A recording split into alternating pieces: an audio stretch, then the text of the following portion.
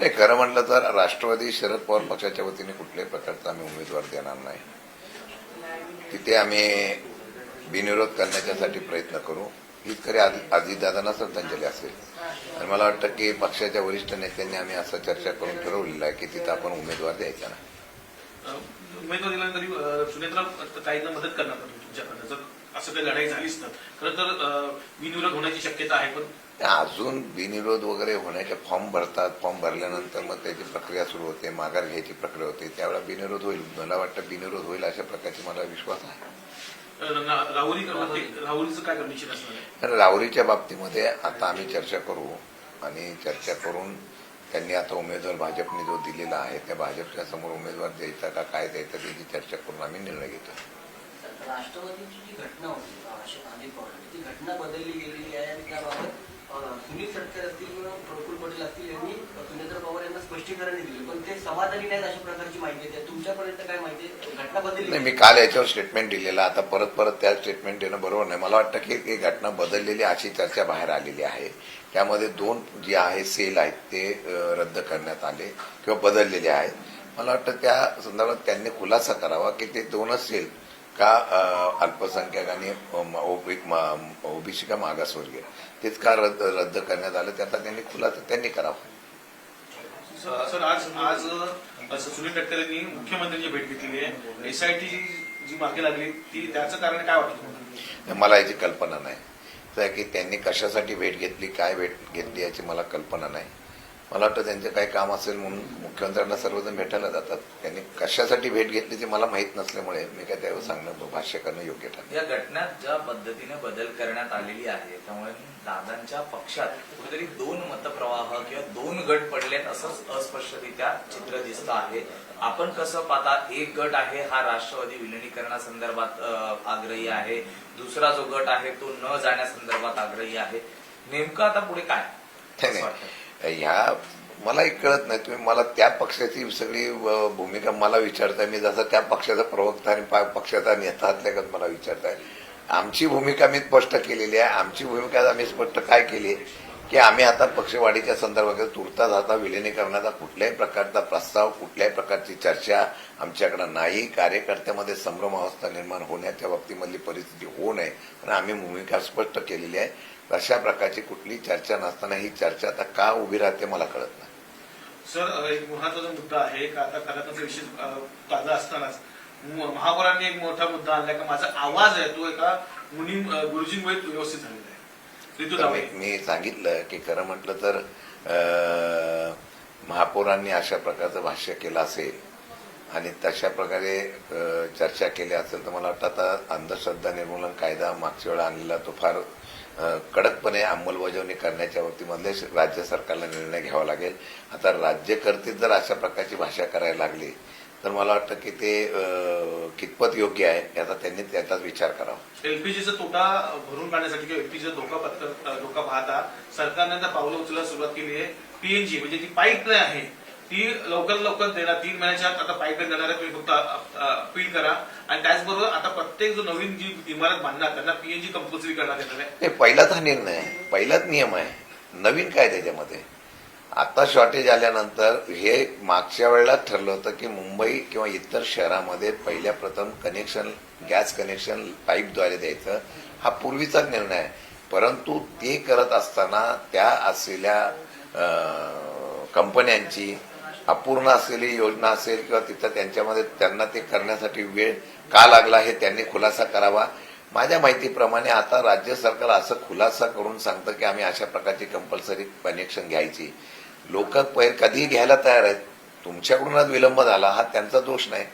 त्याचा विलंबाचं कारण काय हे त्यांनी सांगावं. आणि मला वाटतं की आता कनेक्शन त्या ठिकाणी देण्याच्या बाबतीत मला निर्णय होत असेल आणि तशा प्रकारची अंमलबजावणी करत असेल तर मला वाटतं ते लोकांनी सुद्धा स्वीकारलं पाहिजे. सर, राहुरीमधून आपल्या पक्षाचे प्रगत तानकर नावाची चर्चा मी आता सांगितलं की मी त्याच्या बाबतीमध्ये वरिष्ठांची आणि त्यांच्याशी चर्चा करून मग आम्ही त्याप्रमाणे निर्णय घेऊ. सर, तुम्ही रेग्युलर बैठका सुरू आहेत आणि जिल्हानिहाय किंवा वेगवेगळ्या प्रांतनिहाय तुम्ही बैठका घेतात. काय बैठकीचं कारण आहे? मोटिव्ह घ्यायचं मग?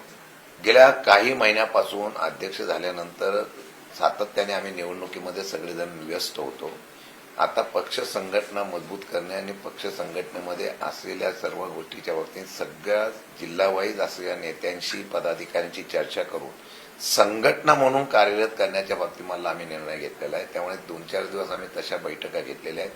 परत फ्रंटलच्या बैठका आमच्या होतील आणि नंतर पक्ष संघटना मजबूत करताना विभागवाईज जिल्हावाईज आमच्या दौरे होतील. पहिला पाया मजबूत जर संघटनेचा झाला, जे पदाधिकारी कार्यरत आहेत काही सोडून गेले असतील त्यांचा विषय सोडून नवीन कार्यकर्ते आणि नवीन पदाधिकारी, त्यावर आत्ता कार्यरत असलेले ऍक्टिव्ह पदाधिकारी, आता रस्त्यावरची लढाई लढायची असेल तर तसा पदाधिकारी ऍक्टिव्ह पाहिजे, तशा प्रकारची बांधणी आम्ही करतो. सर, एक मराठी माणसाचा मुद्दा आहे. दादर रत्नागिरी ट्रेन ही आता वेस्टर्न लाईनवर धावणार आहे आणि जी दादर परेलची मंडळी आहे, त्यांनी आता अपील केलेली आहे की दादरमध्ये पुन्हा चालू करा, पण ती होत नाहीये. कसं होत आहे? केंद्र सरकारकडे अशा पद्धतीची मागणी करण्याच्या बाबतीत मला निर्णय घेणं गरजेचं आहे. अधिवेशन चालू आहे, आपल्या माध्यमातून हा विषय आलेला आहे. मी स्वतः आमच्या खासदारांशी, सुप्रियाताईंशी वगैरे बोलून याच्यात लक्ष घालण्याच्या संदर्भातला निर्णय घ्यायला लावला. नाही, ते तर कायदा सुव्यवस्था आणि सगळ्या ह्याचा बोधावरात उडाला होता. काल तर मला असं कळलं, पालकमंत्र्यांनी स्टेटमेंट दिलेलं आहे की तिथले सीसीटीव्ही फुटेज सुद्धा बंद होते, सीसीटीव्ही कॅमेरे सुद्धा बंद होते. हा तर मोठा गंभीर विषय आहे. म्हणजे हे प्री प्लॅन झालेला सगळा कार्यक्रम आहे. जर अशा प्रकारचं त्यांनी सांगितलं आणि त्या बांधकाम विभागाच्या अधिकाऱ्यांनी सांगितलं की बिल्डिंगचं काम करायचं होतं म्हणून वायर तुटली होती, म्हणजे हा खुलासा हा खरंच म्हटलं हास्यास्पद आहे. म्हणजे ठरवून केलेलं हे कार्यक्रम आहे. कारण हे पुरावे जर भेटले तर ती सगळी निवडणूक ही रद्द होऊ शकते.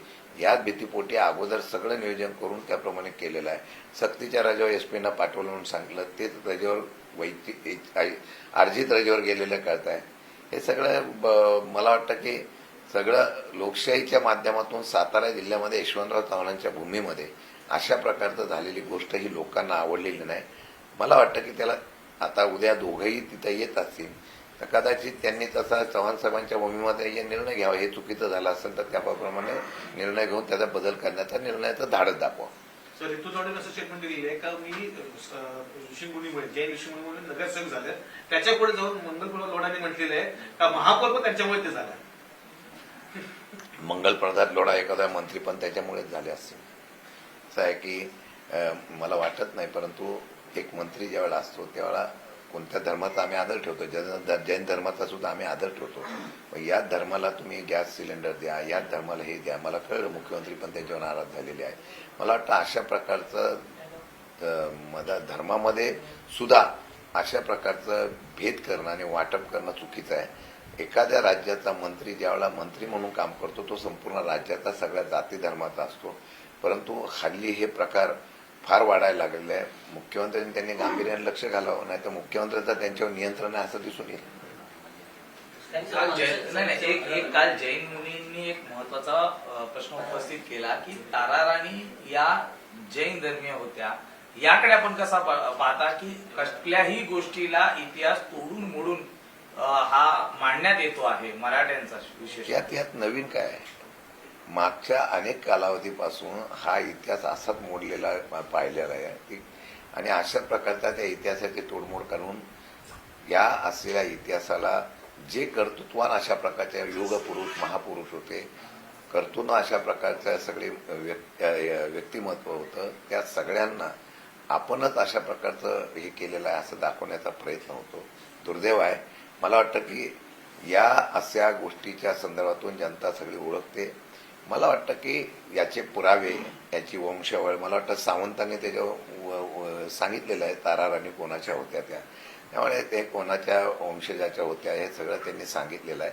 तर त्याच्यावर आता परत यांनी कुठले पुरावे दाखवावे आणि मला वाटतं ते दुर्दैव एवढंच आहे की आता ह्या असलेल्या जातीमध्ये सुद्धा आता आपण अशा युग पुरुषांना आणि यांना विभाजन करण्याचा प्रयत्न होता. ते महाराष्ट्राचा दुर्दैव आहे. त्यांना तो खुलासा विचारायला पाहिजे ना की जर एखाद्या राणी, तारा राणीसारख्या पराक्रमी राणींचा या ठिकाणी ज्यावेळेला उल्लेख केला जातो त्यावेळेला त्या असलेल्या बाबतीमध्ये त्यांनी त्याचा खुलासा लगेच करणं गरजेचं होतं.